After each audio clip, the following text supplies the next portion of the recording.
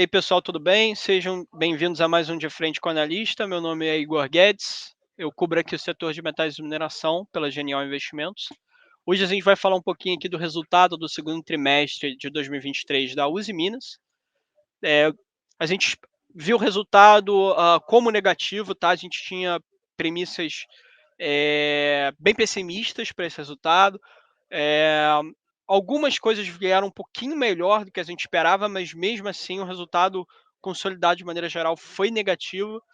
E a gente vê um curto prazo bastante complicado para a companhia. Se você quiser saber mais, fica aqui no vídeo. Pode rodar a vinheta aí.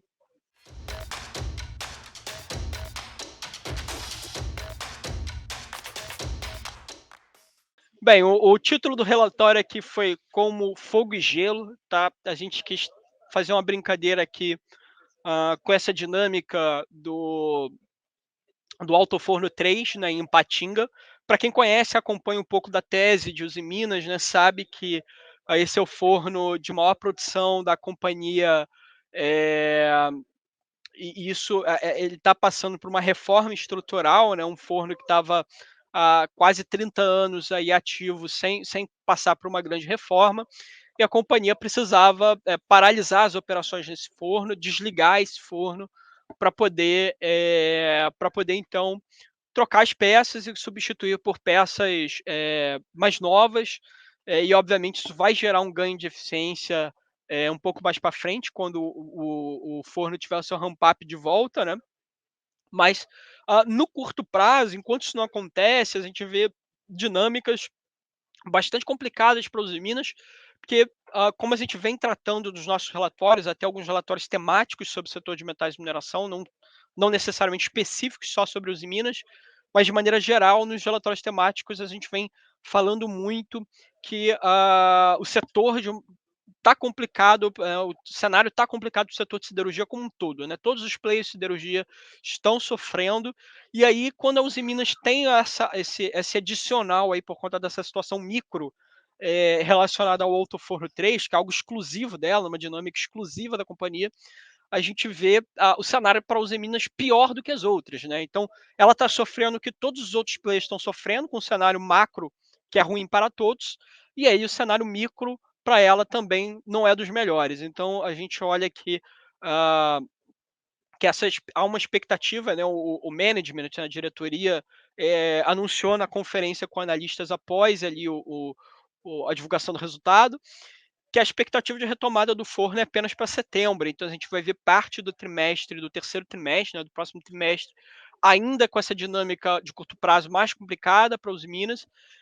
Isso deve afetar os números da companhia, sem dúvida, reportar números um pouco piores do que os outros pares, né? Além disso, a Uzi Minas tem uma exposição muito forte ao setor automotivo, né? Um terço das vendas vem desse setor, né, desse segmento, e a gente olha esse segmento com muito cuidado, porque é um segmento com baixo crescimento, é um segmento que até cresce ali ano contra ano, né, 1 a 2% ano contra ano, que a gente tem expectativa de crescimento aqui, mas vem de uma base muito, muito fraca no passado. Né? Ano passado foi um ano horrível para o segmento automotivo, então todo mundo aí que acompanha os jornais sabe que as montadoras estão fazendo greves, enfim, então mesmo com a medida do governo de ajudar ali a volta do potencial volta do carro popular, para a gente está muito longe do carro popular voltar, tá? Então 10% de desconto, que é o máximo que chega ali, 10,8%, é muito pouco perto do preço que está o carro hoje, então a gente acha que isso não mexe o ponteiro para os Minas, principalmente se não vier aliado a uma taxa de juros mais baixa. Né? Então, como agora o segundo semestre, boa parte do mercado já coloca ali uma queda de Selic, isso pode ajudar, mas o efeito macro demora até chegar na ponta. Né? Então, a taxa de juros precisa cair e alguns meses precisam se passar para esse consumo de volta, para estar de volta dentro das siderúrgicas. Então, a gente acha que ainda há alguns trimestres de curto prazo aqui bastante complicados para a companhia. Olhando para o segundo trimestre, a gente vê um guidance de volume, a gente vê um guidance de volume bem complicado. E ali a gente olha que tem uma pressão, né, no preço realizado em siderurgia por conta dessas situações que eu falei. Né? Há um cenário bem ruim para as companhias conseguirem negociar preços. Então, o setor automotivo, como interfere boa parte, um terço das vendas é desse segmento, a companhia promoveu descontos nesse trimestre, né, no total de 12% para 80% dos seus clientes, né, então um desconto de 12% para 80% da sua base de clientes no segmento automotivo. Isso ia causar um preço realizado bem em decréscimo, em desaceleração tri contra tri, foi salvado, arrefecido um pouquinho melhor do que o esperado, né, por conta de uma dinâmica relacionada ao segmento de distribuição, que é o segundo maior no ordenamento aí de share de receita da Uzi Minas. Então, a receita veio levemente melhor do que o esperado em siderurgia.